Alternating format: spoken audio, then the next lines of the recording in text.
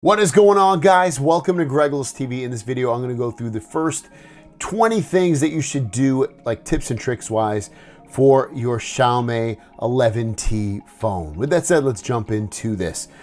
Swipe down from the top, hit the little gear on the top right to go into settings. And the first thing that we are going to do is we're going to go into About Phone, and you're going to see the MIUI version. Click on that.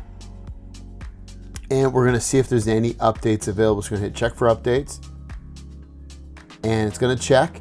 And if there is any, we're gonna be able to download and update. If there's not, no big deal. So let's go back here and we're gonna go next into main screen of settings. We're gonna go to System Apps Launcher. So come in here, see if we have any updates for any of the system apps in here. And if you do, you could be able to just hit update all.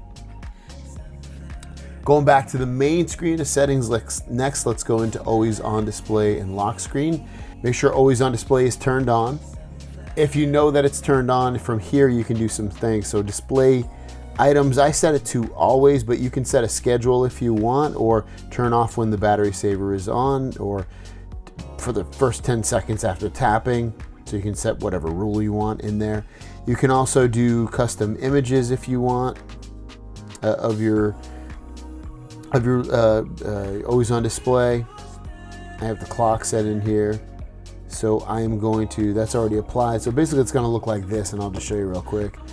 It's going to show notifications and times, and it's a really cool little feature to have on your phone. Most Android phones have it, but this has a lot of customizations and things in here that you can end up doing. Raise to wake, make sure that's turned on. Basically what that does, when you lift your phone up, it wakes up the screen.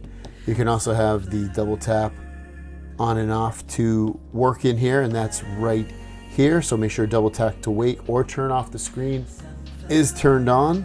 Make sure launch camera is on. Basically what happens is if you press the volume down twice, I'll show you right here, it launches the camera from the lock screen. So it can be very helpful to be able to do that and get into the camera real quick. Next, from the main screen of settings, go into display. Turn it on dark mode. It's going to be easier on your eyes, and also it's going to help with battery life ever so slightly on there. You can set a schedule for it too if you want. Like I just always have it on, but if you wanted to set a schedule, you can do that. Sunrise to sunset's always a good time to do something like that.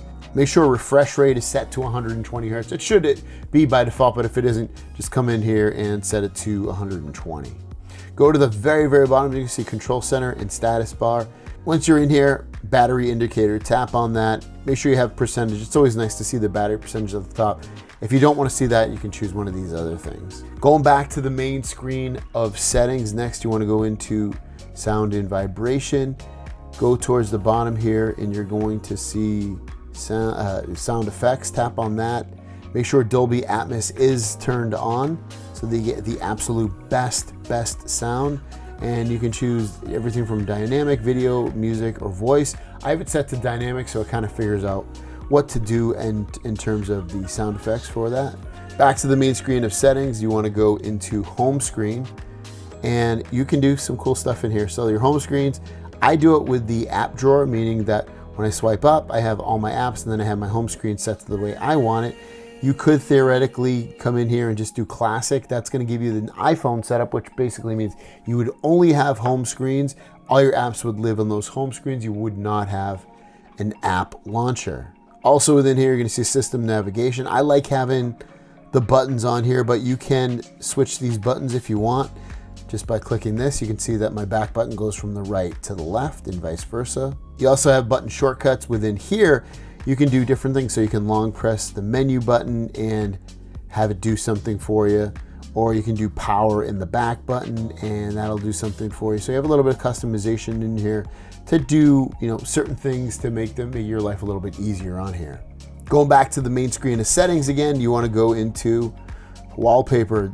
Come in here, change your wallpaper. There's a bunch of different wallpapers to choose from. You can look at weekly hits or search for something in the top right.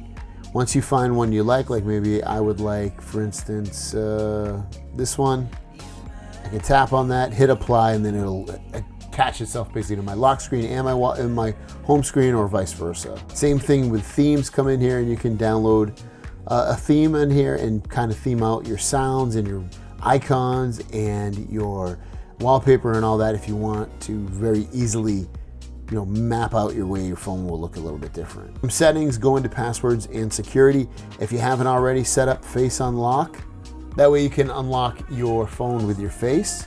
After you do that, I would say where it says stay on lock screen after unlocking, I would turn that off so that it just goes off the lock screen once it sees your face and goes right into your phone. Same thing with fingerprint unlock. Come in here, add another fingerprint if you haven't already, or whatever, add the same one. Go back to your home screen, press and hold on a blank spot, and you're gonna be able to add widgets. You can see at the bottom here, you have settings, widgets, and wallpaper. If you tap on widgets, this is gonna allow you to add a widget, which is basically a screen on your phone that'll allow you to run an app without having to ultimately have the app like as an icon right here. It would literally just lie on top of your display.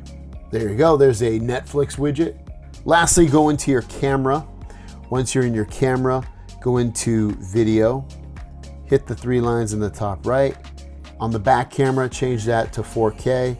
If you go to these other cameras, you can come in here and see if you can change the resolution of any of these. If you can, I would recommend doing them to 4K.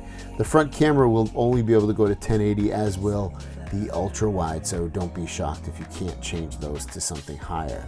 Also, back on the camera, tap the top right, go to settings, where it says shutter sound, turn that off. It's super annoying and not necessary. So there you guys go. Those are my tips and tricks for the Xiaomi 11T. Thanks for watching. We'll see you guys down the road.